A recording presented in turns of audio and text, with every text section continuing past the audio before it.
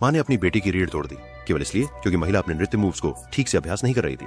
50 साल बाद माँ एक कमजोर बड़ी हुई महिला है। एक अस्पताल के बिस्तर पर एक सफेद बालों वाली बूढ़ी महिला और उसकी सहायिका किम ने अपनी सबसे अच्छी दोस्त जेनी, एक जन्मजात पुतली वाली लड़की, से अपनी देखभाल करने का अनुरोध किया। एक जन्मजात गर्भाशय पुतली वाली लड़की, जिसे कहा जाता है कि वह हेटेरोपॉपल्स के साथ पैदा हुई थी और उसके शरीर में रहने वाली आत्माओं को इस पर उसकी देखभाल करने वाले होने का दावा। दिन किम जेनी को पुरानी महिला के पुराने किले में ले जाती है, जो झाड़ियों से ढका हुआ है और उसमें अनेक प्रकार के विचित्र आभूषण है। हर जगह ग्लूमी माहौल फैला हुआ है। किम ने बताया, जेनी वह बूढ़ी औरत एक उत्कृष्ट नृत्य शिक्षिका थी और उसके पास आधार था जो उसकी टीमों में मर चुका था।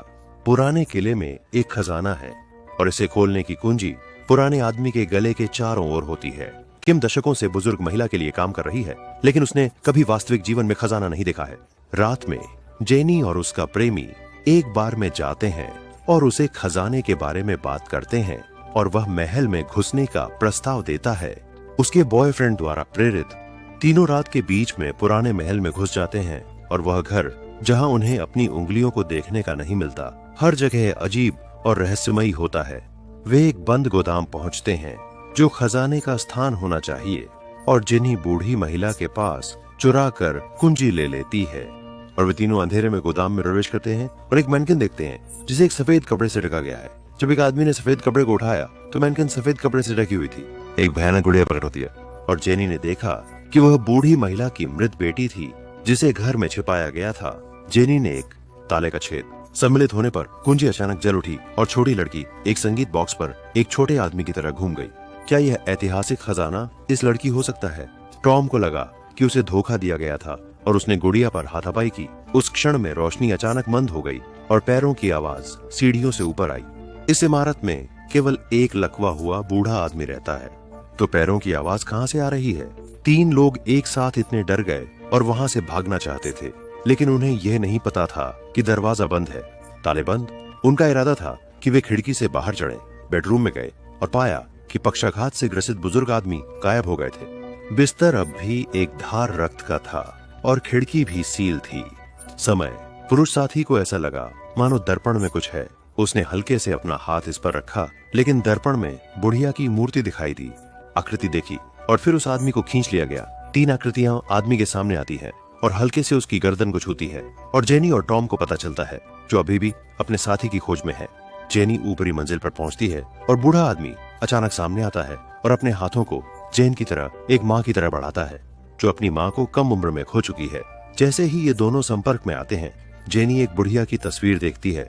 जब वह युवा थी, वह महिला एक कठोर नृत्य शिक्षिका थी और एक दिन कक्षा के दौरान उसे ऊपरी मंजिल से चीख सुनाई देती है और महिला दौड़कर देखने आती है कि उसकी बेटी दूसरे सहपाठी का खून पी रही है। जेनी झटका खा जाती है जब उसे पता चलता है कि बूढ़ी औरत गायब हो चुकी है और उसका बॉयफ्रेंड अचानक तहखाने में हमले का शिकार हो जाता है। दूसरी ओर उसका बॉयफ्रेंड तहखाने में वृद्ध महिला से अचानक हमले पर खून बहने लगता है। स्थान जेनी फिर से गोदाम में वापस आती है, वास्तव में नहीं, मानने की कि पुतला अचानक जीवित हो गया है। एक ज़ॉम्बी फिगर वापस जीवन में लौटता है और जेनी पर कूदता है, जो फिगर को जमीन पर मार देती है। जेनी पुतले को जमीन पर मार देती है, जबकि मंदर आता है और जेनी को बेहोश कर देता है। जब वह फिर से जागती है तो वह ऑपरेटिंग टेबल से बंधी हुई होती है। किम, ये निकला कि किम कभी पुरानी महिला की छात्रा थी और उसने अपनी बेटी को अपनी शिक्षिका के पैरों तले कुचलते हुए देखा। तब से किम का उपहास का शिकार रहा।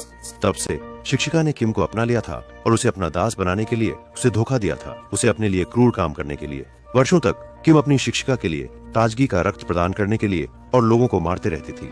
हालांकि जेनी की हर फिल्मौली उसके खून के बारे में नहीं थी, बल्कि जेनी की पैदाइशी अलग अलगता और समानता के बारे में थी। वृद्ध महिला ने अपनी बेटी की आत्मा को जेनी के साथ बदलने की इच्छा की थी। बुजुर्ग महिला फिर जेनी के पेट में और उसकी बेटी के गले में क्रमशः चिसलिस डाल दिया। ज्यादा देर नहीं लगी। बहुत देर बाद 2 तितलियां उनके मुंह से निकली और एक दूसरे के मुंह में घुस गई। जाने की मरोड़ों के बाद आत्मा विनिमय पूरा हुआ। हालांकि बूढ़ी औरत ने एक बिंदु अनदेखा कर दिया। जेनी, जिन्हें अलग अलग पुपल्स के साथ जन्म दिया गया था, उनके शरीर में मूल रूप से 2 कोशिकाएं रहती थीं और दूसरी वाली जेनी की माँ थी, जो काफी समय पहले चल बसी थी, जो हमेशा जेनी के शरीर में रहता था, जेनी को एक अन्य तरीके से साथ देता था। जब वह जागता है तो उसके पुपल्स गायब हो जाते हैं और उसकी माँ की आत्मा गुड़िया में स्थानांतरित हो जाती है। हालांकि वृद्ध महिला को इस सब के बारे में कुछ भी पता नहीं होता है। और जब वह अपनी बेटी को जागते हुए देखती है तो वह पहली चीज जो वह करती है वह अपनी बेटी को नृत्य का अभ्यास करने के लिए मजबूर करती है। और जेनी अब और सहन नहीं कर सकती और बूढ़ी औरत को मारने का मौका पाता है। और किम रात में जेनी और गुड़िया बिस्तर पर लेटी हुई हैं। या यह कहने के लिए अधिक सटीक होगा कि यह जेनी और उसकी माँ है जो नींद में खुशी से गले लग रहे हैं।